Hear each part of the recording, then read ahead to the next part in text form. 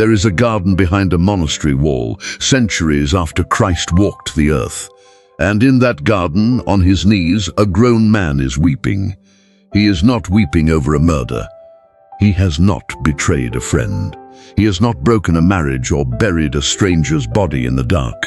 He is weeping over pears, a handful of stolen pears, taken as a boy, thrown to pigs before he even tasted them. Decades old. Forgiven, by his own account, 100 times over. And still, on this night in this garden, that theft is the thing that brings him to his knees. You have a memory like that. Maybe not pears. Maybe something heavier, a word you said and can't take back. A door you closed on someone who needed you to open it. A year you can't get back. A person you can't call. A choice that still visits you at 2 in the morning when the house is quiet and there is nothing left to distract you from it. You've prayed about it. You've confessed it. Maybe more than once. Maybe more than 100 times, you know, somewhere in your head, that God says it's covered, and yet it doesn't feel covered. It feels like it's sitting right there, waiting for you every time you close your eyes. Here's the question this video is going to answer, and it is not the question you think it is. This is not a story about a crime. This is not a story about a courtroom, with you standing at the defense table trying to prove your case one more time. This is not a story about a debt so large you'll spend the rest of your life paying it down, one guilty thought at a time. This is a story about the space between being forgiven and feeling forgiven, and why that space exists even for people the Bible calls righteous. Because the man in that garden was not some unconverted prisoner still waiting on grace. By the time he wept over the pears, he had already given his life to God. He had already been called one of the great minds of the early church, and he still could not make his own memory sit down and be quiet. If a man like that struggled to believe he was forgiven for something so small, what does that tell you about the size of what you're carrying? Stay with me, because 5 people in Scripture are going to answer that question for you. A king who couldn't stop writing about his sin years later. A woman dragged into the street to be stoned. A man who denied his best friend 3 times in one night.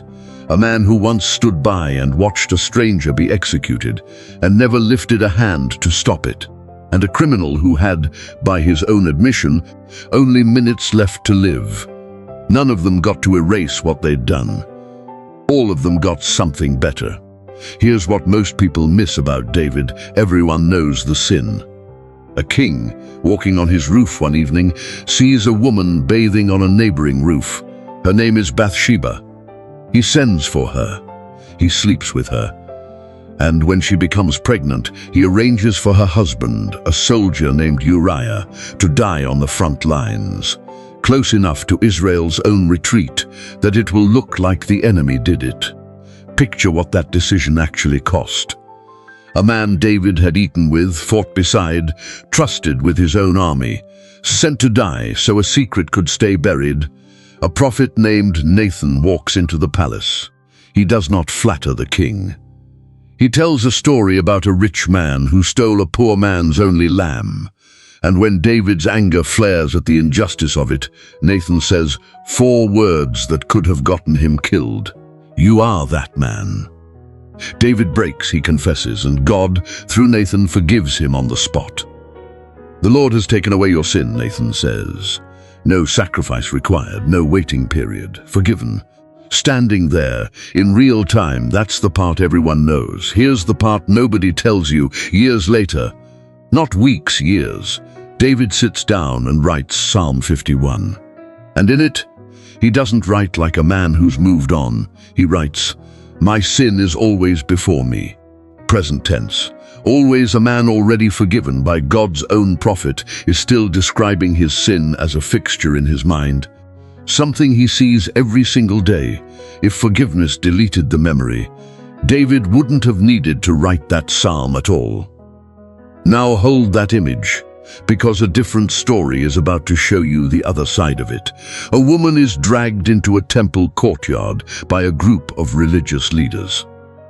She has been caught, they say, in the act of adultery, and under their law, the penalty is death by stoning. They don't bring her for justice. They bring her as bait, hoping to trap a traveling teacher named Jesus into either breaking Roman law or contradicting Moses. Picture the scene. Stones already in hand. A crowd that has decided, before she said a single word, exactly what she deserves. Jesus bends down and writes something in the dirt. Scripture never tells us what. And then he says one sentence that empties the courtyard. Let any one of you who is without sin be the first to throw a stone. One by one the accusers walk away, until it's just her and him. And he says something remarkable. He doesn't ask her to explain herself.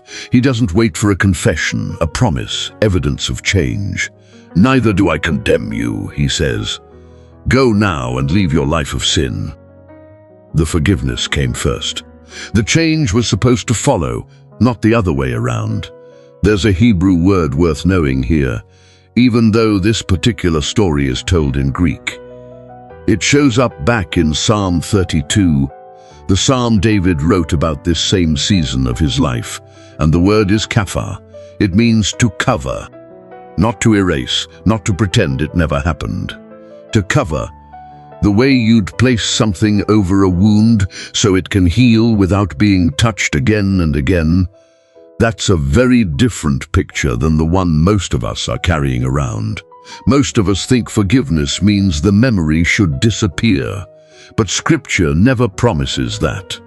It promises the sin is covered, dealt with, no longer counted against you, even while the memory of it can still be right there. Now, one more story.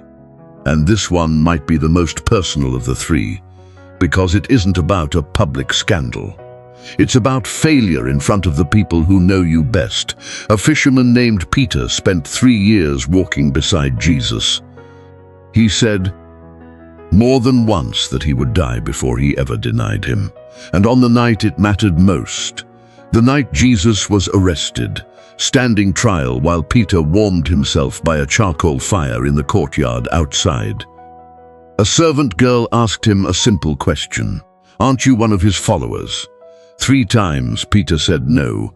The 3rd time a rooster crowed, and Luke tells us Jesus turned and looked straight at him. You know what shame like that feels like. Not the shame of a stranger's crime, the shame of failing someone who trusted you in the exact moment they needed you most. Weeks later, after the resurrection, Jesus finds Peter again. And he doesn't do it in a courtroom or a temple. He does it on a beach, over breakfast, next to a charcoal fire. The same detail, the same smell of smoke, deliberately placed there by the same God who could have chosen any setting he wanted.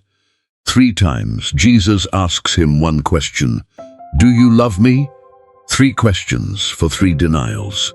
Not to punish him, to let Peter answer, out loud in the same number, what he'd failed to answer that night by the first fire. Jesus didn't erase the memory of that fire. He gave Peter a new one to stand next to it. So here's where we are. A king who wrote about his sin years after he was forgiven for it. A woman who was forgiven before she ever defended herself. A fisherman who denied his best friend 3 times and was given a new memory to stand next to the old one. Instead of having the old one erased, 3 different people, 3 different sins, and the same pattern showing up every time. Forgiveness was never about deleting what happened. It was about what God decided to do with it. If that's landing anywhere in you right now, if there's a memory sitting in the back of your mind while you watch this, stay with it. We're not done. There are 2 more stories, and the last one might be the one you needed most. If this is helping, hit subscribe before we keep going. It helps this channel keep telling stories like this one. But it gets stranger, because so far, every person in this video sinned against someone else. A husband, a woman, a friend.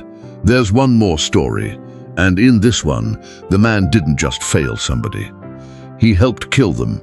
His name was Saul. Before anyone called him Paul, he was a Pharisee.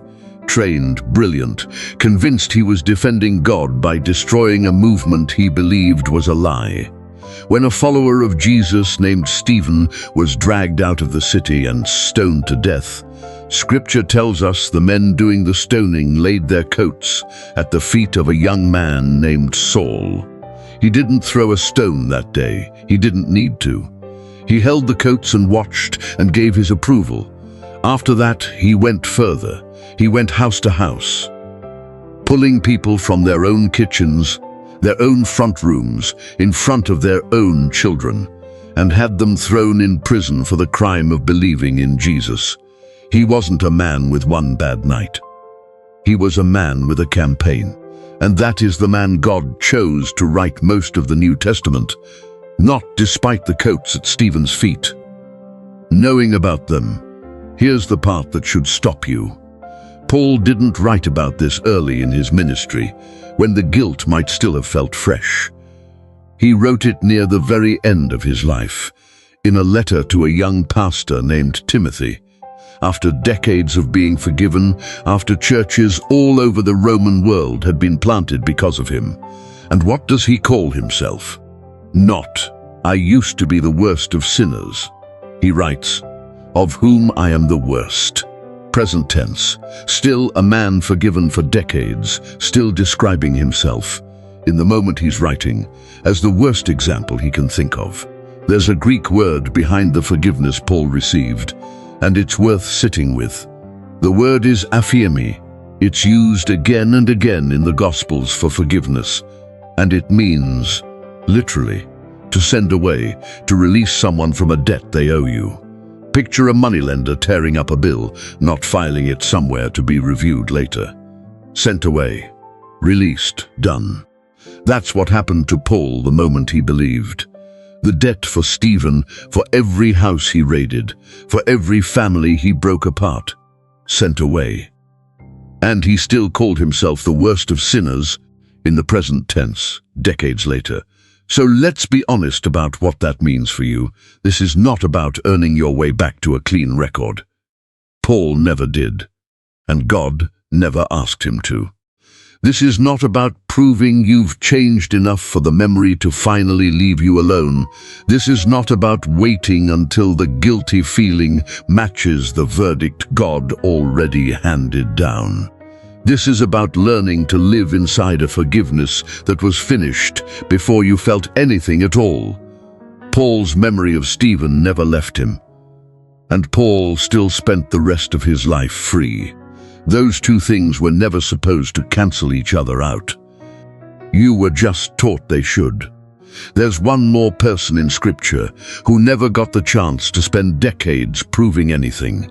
There's one more thing. He is nailed to a cross on a hill outside Jerusalem, next to a man named Jesus. Luke tells us he was a criminal. We don't know exactly what he did, only that Rome considered it worthy of execution. He has no time left. No years ahead of him to build a ministry, write a letter, plant a church, or earn back anyone's trust. He has, by every estimate, minutes, and in those minutes he does something remarkable. He turns to the man dying beside him and says, "Jesus, remember me when you come into your kingdom." That's it. That's the whole request.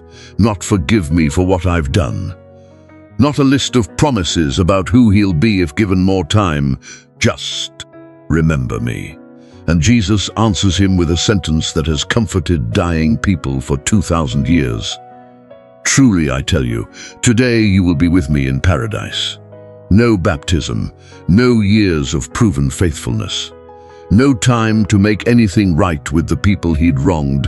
A man with nothing left to offer but a request to be remembered. And Jesus gives him paradise that same day. If you've ever believed that forgiveness has to be earned back slowly, one good year at a time, this man's story says otherwise. He didn't have slowly. He had minutes, and it was enough. Now, the man in the garden, the one weeping over pears, his name was Augustine, and by the time he wrote about that night, he had already become one of the most influential thinkers the church has ever known. Years earlier, in a different garden, he'd heard what sounded like a child's voice singing "Take Up," and read. He picked up a Bible lying nearby, opened it, and read the first words his eyes landed on. A verse that broke him open and turned his entire life toward God. That was his conversion. That was the moment the debt was sent away, and still, years into following Christ, respected, forgiven, transformed. He sat down and wrote, at length, about a handful of pears he'd stolen as a teenage boy. Pears he didn't even want. He and some friends stole them from a neighbor's tree simply because they weren't allowed to, and threw most of them to pigs. A grown man, decades later, still turning that theft over in his mind. Not because God hadn't forgiven him, because the memory of it hadn't gotten the message yet. Here is what Augustine understood that most of us never get taught. Forgiveness was never a promise that the memory disappears. It was a promise about what the memory can no longer do to you. It can visit. It cannot convict. It can ache. It cannot condemn. David remembered and wrote a psalm. Peter remembered and was given a fire to stand next to his old one. Paul remembered and called himself the worst of sinners while planting churches across an empire. Augustine remembered and knelt in a garden, not to reopen his case, but because remembering and being free were never opposites to begin with. And the thief on the cross, who barely had time to remember anything at all, was told the same thing every one of them eventually learned. You are not on trial anymore. So if you've been carrying something, a memory that visits you at night, a mistake you've confessed 100 times and still don't feel free from, here's what David, the woman in that courtyard, Peter, Paul, the thief on the cross, and Augustine would all tell you. First, the truth. Forgiveness was never a promise that you'd forget. It was a promise that the debt was sent away, covered, released, no longer counted against you, whether or not the memory ever fully quiets down. Second, what that means for you. The verdict was decided the moment you believed, not the moment you finally felt at peace about it. Your feelings are still catching up to something that is already finished. That gap you've been living in isn't proof that grace failed. It's just proof that you're human. And third, the part I hope you carry out of this video. You do not have to feel forgiven to be forgiven. You are not required to win your case one more time before bed tonight. God already ruled. He ruled it before you had the strength to bring it back up again. Stop standing up in a courtroom that closed a long time ago. Out of everyone in this video, David, the woman caught in adultery, Peter, Paul, the thief on the cross, or Augustine, which one feels the most like your story? Tell me in the comments. I read everyone. You have spent enough nights retrying a case that was decided the moment you believed. Let it stay closed.